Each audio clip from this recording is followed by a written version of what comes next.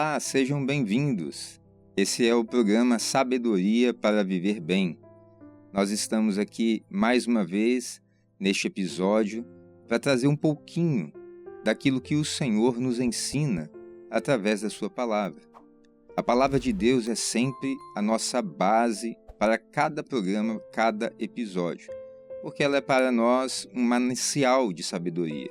É o nosso manual de vida. Em todas as áreas da vida, o Senhor tem nos ensinado e tem nos conduzido com sabedorias que nos fazem viver bem e melhor. Então nós te convidamos a participar conosco, acompanhar este programa, porque hoje nós vamos falar de um tema que alcança todas as pessoas em qualquer situação. Isso vai fazer a diferença no seu dia a dia e especialmente no seu futuro. O nosso tema hoje é educação financeira com sabedoria. E para falar deste assunto, nós trouxemos hoje um convidado especial, nosso amado Daniel Carrareto, uma pessoa que já tem vivido essas experiências ao longo da sua história, tem até mesmo trabalhado muito com esse material, com este assunto, ensinado pessoas, tem feito vários trabalhos nesse sentido. Então seja muito bem-vindo, Daniel. Muito obrigado, é um prazer estar aqui no programa. Espero que hoje nós consigamos trazer assuntos, conhecimentos, conteúdos que agreguem de fato na vida das pessoas. Ótimo. E para iniciar essa conversa aqui, Daniel, eu quero deixar aqui um versículo bíblico, porque é um assunto que está totalmente ligado à vida prática de todo ser humano. Falar de financeiro é sempre muito material, aparentemente, mas na verdade a Bíblia nos ensina muito sobre isso. Nós não somos pregadores da teologia, da prosperidade, essas coisas, mas nós vivemos o ensino bíblico, ou seja, a sabedoria em todas as áreas da vida. A palavra de Deus tem nos conduzido com toda a excelência, o Espírito excelente do Senhor que age em nós. E o texto que eu quero deixar para você no início deste programa diz assim, Provérbios, capítulo 11, versos 24 e 25.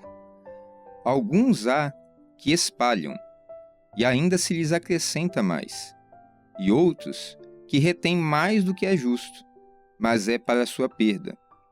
A alma generosa engordará, e o que regar também será regado. Então veja, nós estamos falando de educação financeira. Cuidar para que não falte, ter reservas, acrescentar mais para você viver em melhores condições. E esse texto ele fala exatamente disso. Aqueles que espalham, mas com generosidade, com sabedoria, eles sempre recebem mais de retorno, porque a Bíblia diz que lhes acrescentará mais, ou seja, é melhor ser generoso com as bênçãos do Senhor e ser abastados com a graça de Deus, não é isso? Amém. Com certeza, acredito que quando nós realmente entendemos como nós devemos cuidar e o papel do dinheiro, das próprias finanças na nossa vida, a gente entende que isso pode ser um instrumento de bênção. Nós podemos ser usados também para ajudar os outros, mas primeiro a gente precisa aprender a cuidar do nosso, como diz a palavra. Não adianta a gente já querer também ser generoso sem sequer cuidar do seu próprio dinheiro. Isso. Então, Daniel, eu quero te deixar agora bastante à vontade para você trazer para o nosso público, a nossa audiência, aquilo que é um pouquinho da sua experiência, um pouquinho que, de forma simples, fácil, vai ajudar a todos que nos ouvem. Gostaria que você ficasse à vontade, pode fazer a sua explanação. Muito obrigado. Vamos lá. Primeiramente, dizer que a palavra de Deus ela é rica em conhecimentos de todas as áreas e todos os temas. E nós, na Igreja Cristã Maranata, temos o privilégio de ter um grupo de estudo chamado Ciência em Fé, e que nós estudamos e compartilhamos de várias temáticas e diversos setores diferentes, de pessoas especialistas em suas áreas. E eu, como educador financeiro, também me debrucei sobre a palavra de Deus para entender como a minha temática de expertise, a qual eu atuo no mercado, como ela é retratada na palavra de Deus. porque a palavra não é um livro qualquer e muito menos um livro auxiliar, mas ela é o nosso manual de fé, de prática, aquilo que nós consideramos como principal nas nossas vidas. E durante a pandemia nós tivemos a oportunidade de elaborar um estudo da palavra muito aplicável àquele momento, mas que até hoje se permanece atual, que é o estudo que nós vamos trazer aqui hoje. E esse estudo ele teve como base o texto que está no livro de Eclesiastes, no capítulo 11, nos versos 1 e 2, em que nós utilizamos para esse estudo a versão da Nova Tradução nas linguagens de hoje, para uma melhor didática. E esse texto ele diz assim: empregue o seu dinheiro em bons negócios, e com o tempo você terá o seu lucro. Aplique-o em vários lugares em negócios diferentes, porque você não sabe que crise poderá acontecer sobre a terra. Eu começo dizendo que um aspecto muito interessante é que o livro de Eclesiastes ele foi escrito, segundo os estudos, entre 400 e 180 antes de Cristo. Ou seja, um livro escrito muito, muito antes até mesmo da vinda do Senhor Jesus, mas que nós vamos mostrar aqui hoje nesse estudo que ele permanece extremamente atual e que os conceitos que nós vamos trazer, que estão neste versículo que nós acabamos de ler, eles são extremamente atuais e aplicáveis nas nossas vidas, como pessoas, como chefes de família, em alguns casos até para as mães, né, que hoje são, infelizmente, como sustentam o seu lar, né, são chefes do seu lar também por necessidade. Então isso é muito importante para que a gente possa ter uma vida financeira bastante ajustada. Ou seja, são ensinamentos simples, porque daquela época para cá permanece atual e qualquer pessoa pode aplicar na sua vida. Você citou no início que você trabalhou essa apresentação agora, recente, no tempo da pandemia. Quantas pessoas foram beneficiadas com esse ensino? Com certeza. Mas são ensinos milenares, ou seja, é uma sabedoria milenar que consta da palavra de Deus, porque foi escrita nesse período de 450 antes de Cristo, você citou.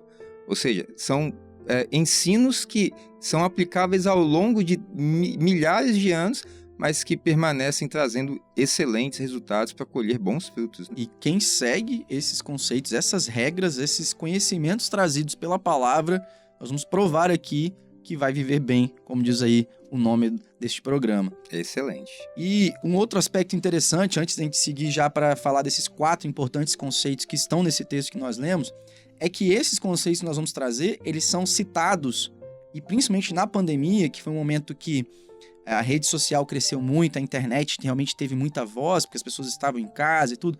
Os principais educadores financeiros do mundo, eles usam esses conceitos para ensinar a educação financeira. Sejam eles cristãos, sejam eles, enfim, ímpios, eles usam esses mesmos conceitos que estão na palavra de Deus. Muito bom.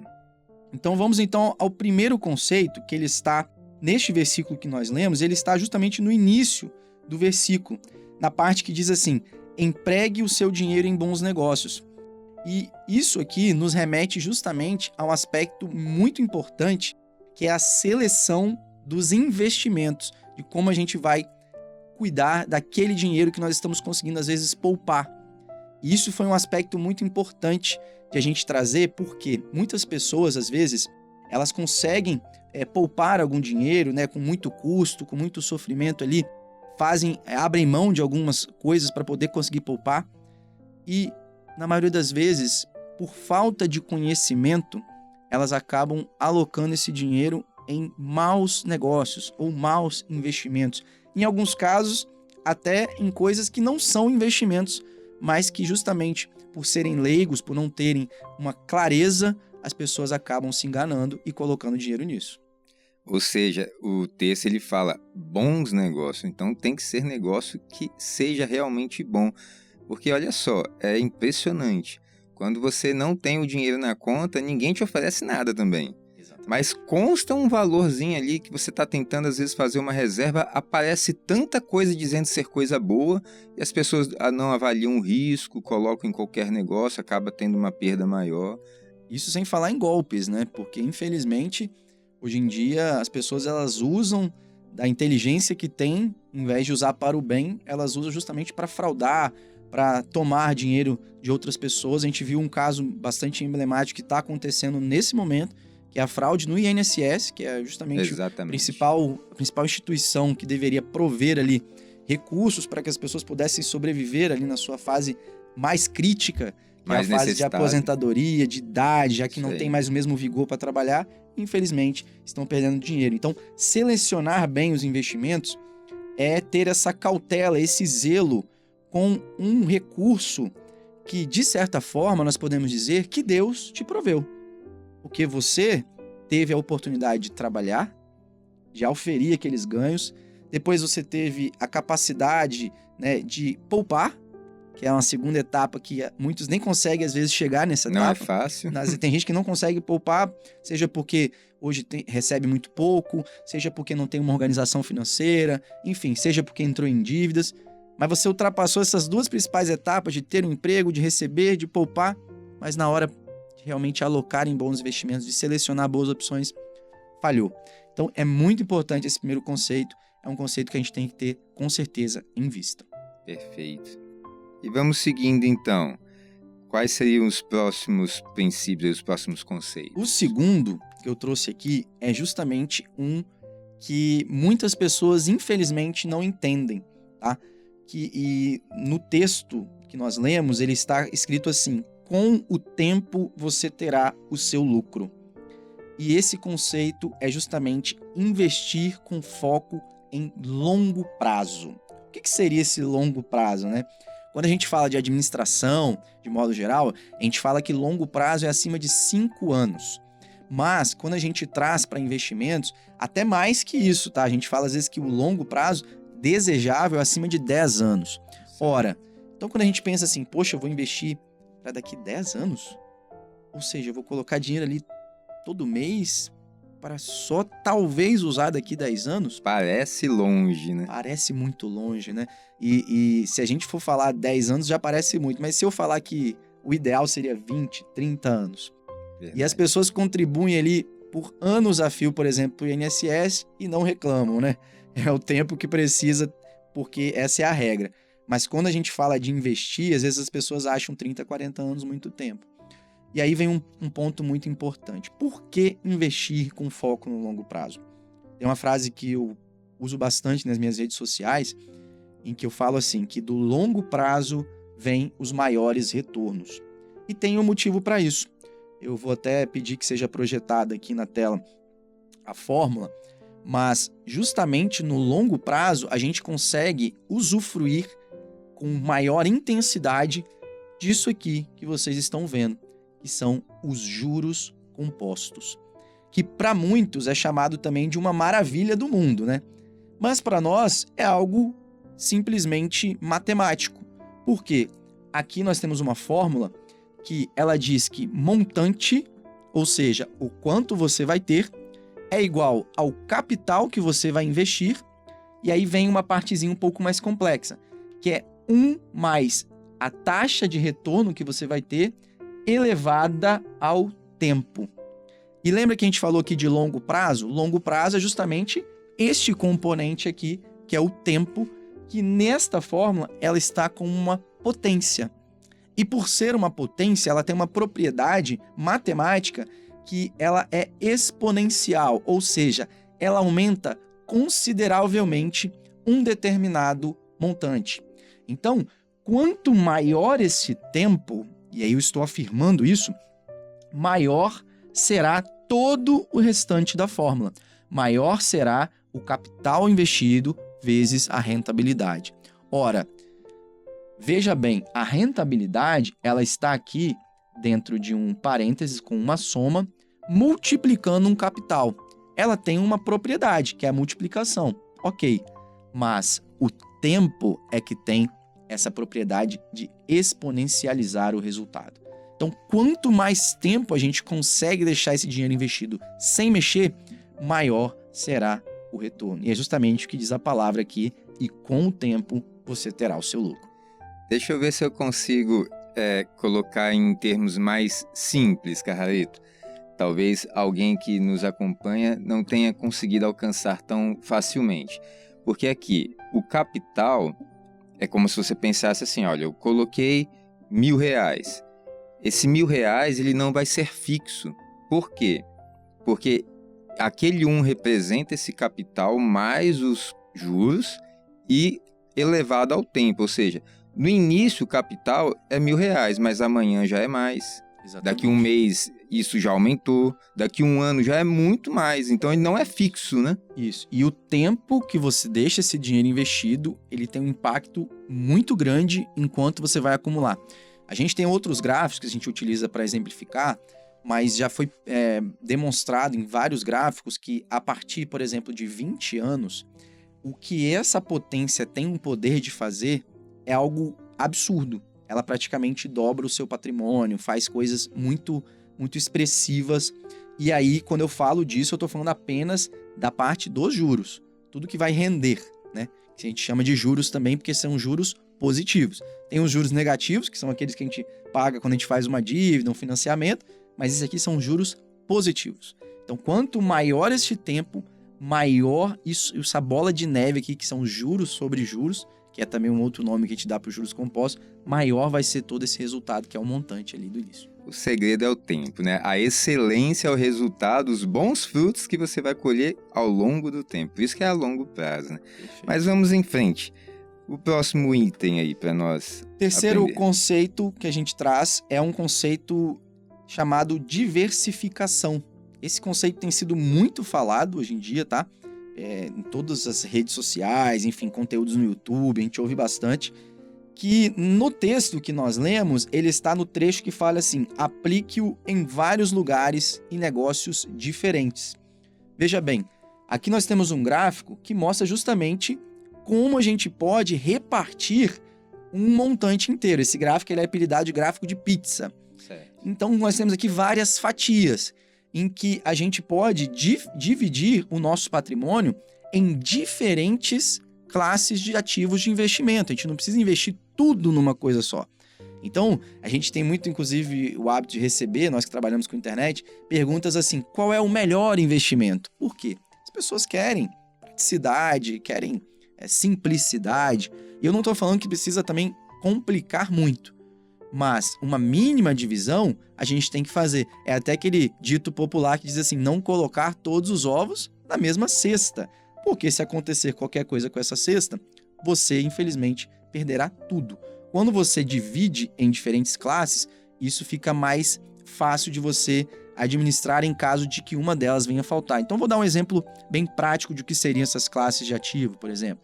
Eu posso ter uma parte aqui em renda fixa, que é, por exemplo, a parte mais, entre aspas, segura de uma carteira de investimentos, de uma pizza dessa. Então, a gente pode ter uma parte em renda fixa, a gente pode ter uma parte, por exemplo, em mercado imobiliário, e aí quem gosta de comprar imóvel, quem gosta de investir também na bolsa, temos a opção dos fundos imobiliários, enfim, são várias opções. E a outra parte, por exemplo, a gente poderia colocar em empresas brasileiras que hoje são negociadas por meio de ações, ou até mesmo o seu próprio empreendimento pode representar uma parte da sua carteira, do seu patrimônio financeiro, então pode ser uma parcela aqui. Uma outra parcela a gente pode alocar, por exemplo, que a gente chama de commodities. Então nós temos, por exemplo, duas principais hoje que são ouro e prata. São exemplos de commodities que a gente pode ter. A gente pode também alocar em moeda estrangeira, por que não? Investir em dólar e ter uma parte em euro, em outras moedas, por que não? E também uma parte, por que não? Hoje em dia tem se falado muito nisso, né? Numa criptomoeda que hoje tem se destacado muito, que é o Bitcoin, que é a principal criptomoeda. A gente pode ter uma pitadinha ali. Então, tudo isso que eu estou citando é um exemplo de diversificação, tá? É lógico que se a gente fosse aprofundar, isso vai muito além, tá? Não fica apenas nesses exemplos que eu dei. Como eu disse, são exemplos. Existem várias outras opções de investimento que a gente acaba trabalhando com aqueles clientes e alunos que vêm procurar a gente. Mas uma coisa que eu queria trazer, pastor, muito interessante, é que por mais que a gente esteja falando aqui de diversificar investimentos, um aprendizado muito legal que eu queria trazer aqui, que é uma sabedoria mesmo, é também diversificar as suas fontes de renda. Não ter apenas uma fonte de renda.